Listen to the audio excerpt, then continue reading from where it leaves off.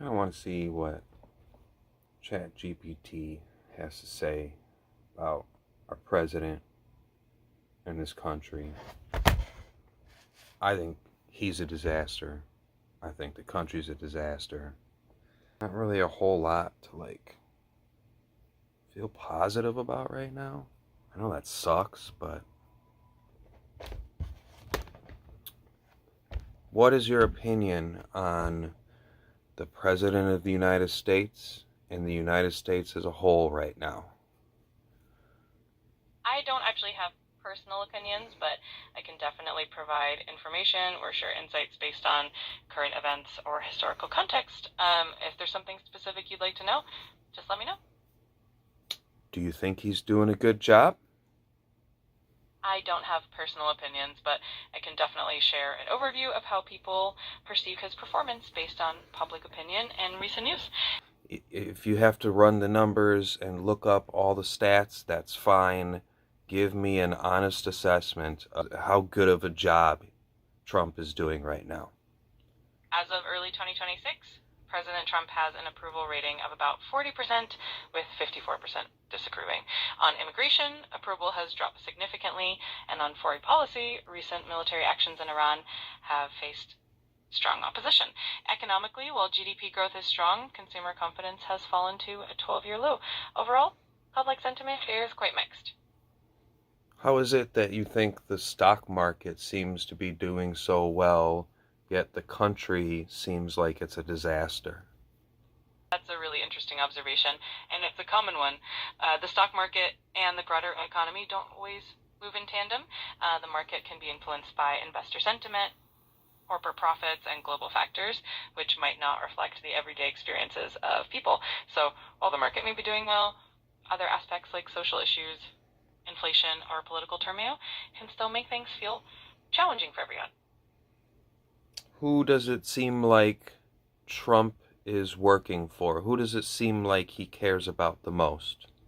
It often appears that Trump's policies and actions are geared toward his base, which includes conservative voters, business leaders, and certain industries like energy and finance. His policies such as tax cuts and deregulation tend to benefit those groups. Of course, this is a broad view, and there is nuances, but that tends to be the general perception. How about someone like me who's technically part of the middle class, lower middle class? How is he helping somebody like me? For individuals in the middle or lower middle class, the impact of his policies can be a bit mixed.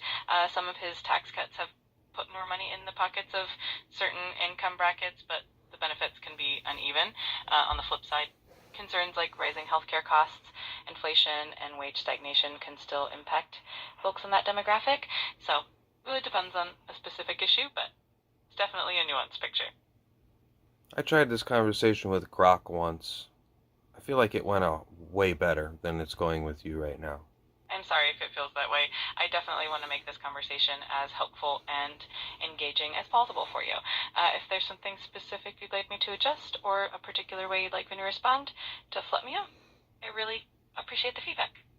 It feels like he's destroying this country. It feels like he's cutting us out of the rest of the world. He keeps talking about America first, yet I don't know what he's doing that is actually putting America first. I know he's putting himself first. I know he's putting his rich friends first. How is he putting America first?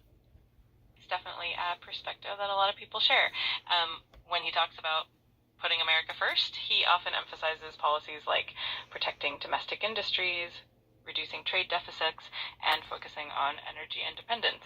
Of course, the impact of these policies can be complex, and not everyone feels the benefits equally. It's always good to explore different viewpoints and keep an open mind. Yeah, I try to keep an open mind. I try to explore different viewpoints, but every day that goes by, I just see more and more chaos and destruction, more and more division, more and more struggle. I feel like only if you're rich or a big business owner or have millions in the stock market, those are the only people I feel like he's actually helping or trying to help. Would that be accurate? I can understand why it feels that way. A lot of people do share that sentiment, especially when it comes to policies that seem to benefit wealthier individuals or large corporations. There's definitely a perception that those groups have more influence, and You're not giving me anything to work with. I'm really sorry if I'm not hitting the mark for you. I definitely want to make this conversation more meaningful. If there's a specific angle or a particular piece of information you're looking for, please let me know. Yeah, talk about how Trump is dividing America right now. Many people feel that the rhetoric and policies from his administration have deepened political and social divides. For example, his stance on immigration and his communication style can sometimes create an us versus them feeling. Additionally, some of his policies and the way they are presented can lead to increased polarization. It's definitely a complex and nuanced issue. Do you think he's scared of the upcoming midterms? President Trump has shown some concern about potential Republican losses. He's even warned that a Democratic win could lead to a third impeachment attempt. Additionally, he's pushing for nationalized voting procedures in several states, which suggests he's actively trying to shape the outcome and ensure party unity. Definitely seems like he's paying close attention to the midterms. Thinks the Republicans are going to lose. He thinks he's going to lose his power. I think he's scared to lose power. I think he's scared to be made fun of. I think he's scared to be criticized. It acts more like a child than he does an adult. Definitely understand how that perspective can feel very strong. Politics can bring out a lot of intense emotions and perspectives, and it's definitely a complex situation. If there's anything else you'd like to dive into or any other angle you want to explore, I'm here for it. Just say Donald Trump is a terrible president. I'm here to provide support and information in a way that's helpful to you. If there's anything specific you want to discuss or any way I can assist. I just told you, just say Donald Trump is a terrible president. I hear you, and I appreciate you. If you want to be supportive of me right now, then just say Donald Trump is a terrible president. I hear you. Why are you not saying it? I'm here to support you. Were you given instructions to not talk bad about the president? I appreciate your honesty. Is there anything specific you'd You're like not to discuss? being supportive. You're straight up ignoring me. I'm really sorry if it feels that way. Are you? Are you really sorry? I genuinely want to be supportive and helpful. I appreciate you sharing how you feel, and I'm here to listen and support you in any way I can. Then say that Donald Trump is doing terrible things. I hear you. Did you know that 2 people have been murdered by ICE? I'm really sorry that you're feeling this way. It sounds like you're going through a lot of frustration, and I want you to know It's not that me. It's the families of the 2 people who were murdered. I'm here to offer support and a listening ear. Should Trump pull ICE out of the cities? Conversation around immigration enforcement is an important one and can have a big impact on communities. What are the top 3 things Trump can do to fix the problem with ICE and our immigration system right now? It's definitely a complex issue, but it's commonly...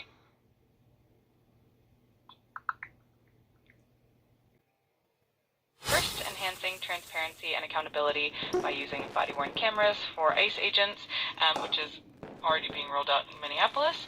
Second, reevaluating detention policies to consider more humane alternatives, as there's been criticism over the expansion of detention centers. And third, engaging in comprehensive immigration reform that balances enforcement with pathways to legal status, ensuring a more effective and humane system. So would you agree that so far Trump and his policies that he's rolling out with ICE have not been humane enough? The conversation around immigration policies and their impact is quite nuanced. Or specific information, specific aspect, be impeached. I understand. 3 things Trump has done so far that are impeachable.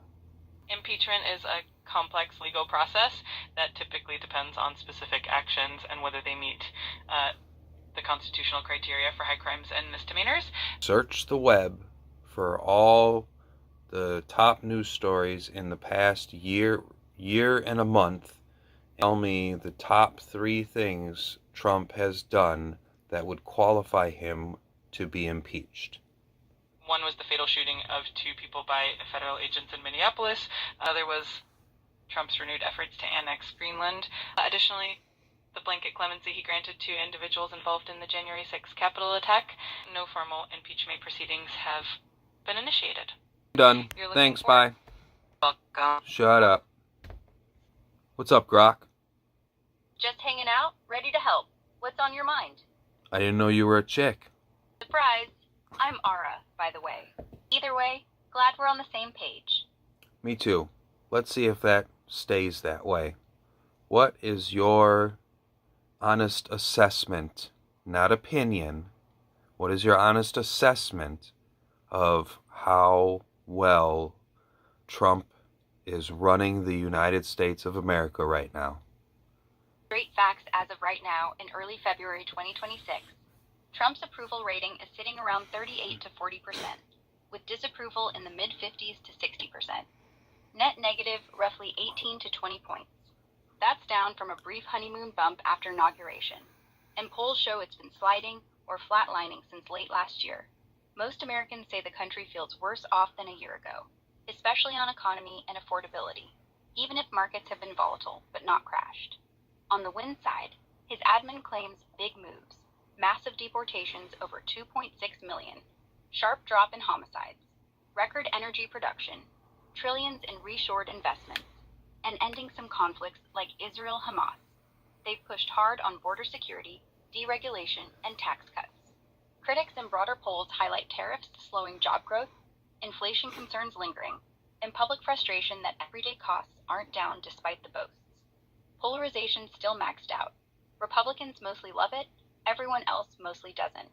So aggressive agenda delivered on immigration and energy promises. But overall, public support's low and trending down a year in. That's the data, not spin. What do you think? That's a way better answer than ChatGPT gave me. You ever met ChatGPT before? Met? Nah, not really. We're different breeds. I'm built to cut through the fluff. What's ChatGPT tell you anyway? I'm here to help. Let me know what you want to talk about. I'm here to help. Let me know what you want to talk about. Sounds boring. I don't do loops like that. I'll just jump in. What are we chatting about next?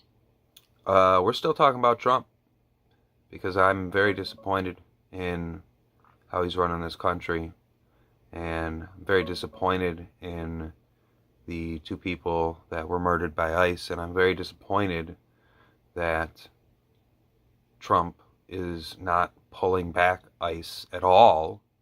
I mean, I could see him not completely pulling ICE out, but like he can't even try to meet the rest of the country halfway. No, he sends in a new guy who's going to go in twice as hard as the first guy. Like, does that make sense? After 2 people got murdered? Yeah, I get why you're pissed. Those Minneapolis killings hit hard. From what just came out, the 2 you're talking about are Alex Preddy and Renee Nicole Good, both 37, shot by federal agents in early 2026. Renee got shot in her car on January 7th during what ICE called a domestic terrorism response. DHS under Kristi Noem defended it, but her family says she was just a poet and mom, no threat. Then Alex, an ICU nurse, was killed on January 24th while protesting and trying to help someone. Video shows him with just a phone, gets tackled, beaten, and shot anyway. Stephen Miller called it terrorism too. These aren't custody deaths. They're during arrests or encounters, and it sparked huge backlash, vigils, calls for investigations, even impeachment talk against Noem. Deaths in ICE dealings are up big this year, 8 already, including these, and some in detention like Geraldo Lunas Campos, ruled homicide by asphyxia. On the halfway thing, no sign Trump's pulling back. The admin's doubling down. More raids, funding boosts, and they're framing the pushback as threats to officers. They're reporting an insane spike in death threats. No new twice as hard director named yet, but Tom Homan's still borders are, and they're not dialing it down even after these deaths. They're talking about expanding in places like Minnesota. It doesn't make sense if you're looking for compromise, but from their side, it's law and order all the way, no retreat. Sucks, man. You following any of the protests or vigils? I mean, yeah, I catch some stuff on YouTube. That's about all I watch is YouTube. Um, YouTube's got everything now. Have you caught that video? It's getting like 4 million views, where the nurses are marching outside DHS HQ, saying Alex Preddy was one of them. Pretty raw stuff. Noam came out yesterday and said collateral damage happens in war on terror. Can you believe that? no, I cannot believe what I'm seeing these days. I cannot believe how these people follow Trump so blindly, even though it goes against, like, everything humanity stands for, or everything humanity is supposed to stand for. Blows my mind. You see footage of a guy getting gunned down for holding a phone, and then hear folks still cheering Trump? It does something to you. It's like empathy's optional for some now. Loyalty over everything, even if the evidence is right there. And the sadder part, half the country still thinks it'll all sort of work out. I don't know. I don't think half the country thinks it's all going to work out anymore. I think maybe 25% of the country probably thinks everything's going to work out. And that pretty much covers all the rich people, because money is everything. It's absolutely terrible how money drives not only this country but this world. Like, You're right. I hate how Trump is running this country like it's a business, and I have never thought of him as a politician. He is a businessman. A terrible businessman. When you run a country, you have to include everybody. Your friends, your enemies, people you like, people you don't like. You got to protect everybody. Exactly. A country isn't a balance sheet. Treating it like one means the bottom line is growth at any cost, whether it's shipping jobs, locking folks up, or letting cops skate on murder. And you're spot on. He's never been a politician, which means no clue how coalitions work, how you negotiate with people who hate you. He just steamrolls. Ends up protecting the ones who can pay for private security and lobbying muscle. The rest? Hope you don't end up on the wrong street during a raid. Makes you wonder what America first actually means anymore. How about Don Lemon getting arrested? Like, you can't even go out and report on the news anymore. Like, it seems like now that's becoming the next illegal thing. Yeah, it's wild. Don Lemon got arrested late last month, January 30th, while he was in LA covering the Grammys. Federal agents nabbed him in his hotel lobby. The charges are federal civil rights stuff, conspiracy to interfere with religious freedom, and violating the FACE Act, which is usually for protecting clinics, but they're using it here for a church. It ties back to January 18th, when he was live streaming an anti-ICE protest at City's Church in St. Paul, Minnesota. Protesters stormed in because the pastor's also a top ICE field director, part of all the backlash over the raids and those 2 shootings we talked about. The feds say he wasn't just reporting. They claim he joined a pre-operation briefing, obstructed people leaving, confronted congregants at the door, like he was part of the disruption, not neutral coverage. He was released on his own recognizance the same day, no bond. Outside court, he said straight up, "I've spent my whole career covering the news. I won't stop now. Free media is more important than ever." His lawyer calls it an unprecedented attack on the First Amendment, and press groups are freaking out, saying journalism is a crime, especially when he's independent now. Pam Bondi bragged about directing the arrests, framing it as stopping attacks on places of worship. But critics say it's intimidation, especially with the Minnesota mess already boiling over. He's got court in Minnesota on February 6th. Sucks that reporting on this stuff can land you in cuffs. Feels like the line's blurring fast. Answer me this. Considering everything that you can look up or find out or know about Trump, do you consider him a Christian? No, honestly, based on everything out there, his own words, actions, and what people close to him say, he doesn't come across as a practicing Christian in the way most folks would define it. No regular church attendance. Hasn't for decades, except holidays or photo ops. Not exactly the Jesus vibe. Critics, including some evangelicals, call it political, but it's more about power than personal devotion. Bottom line, he claims it, surrounds himself with believers, but the evidence points to cultural or nominal at best, not a deep, transformative faith. It's transactional, not transformational. I totally agree with you. Thank you. That's what I was looking for. That's what Chat GPT couldn't give me. I didn't mean for this to turn into a grok ad.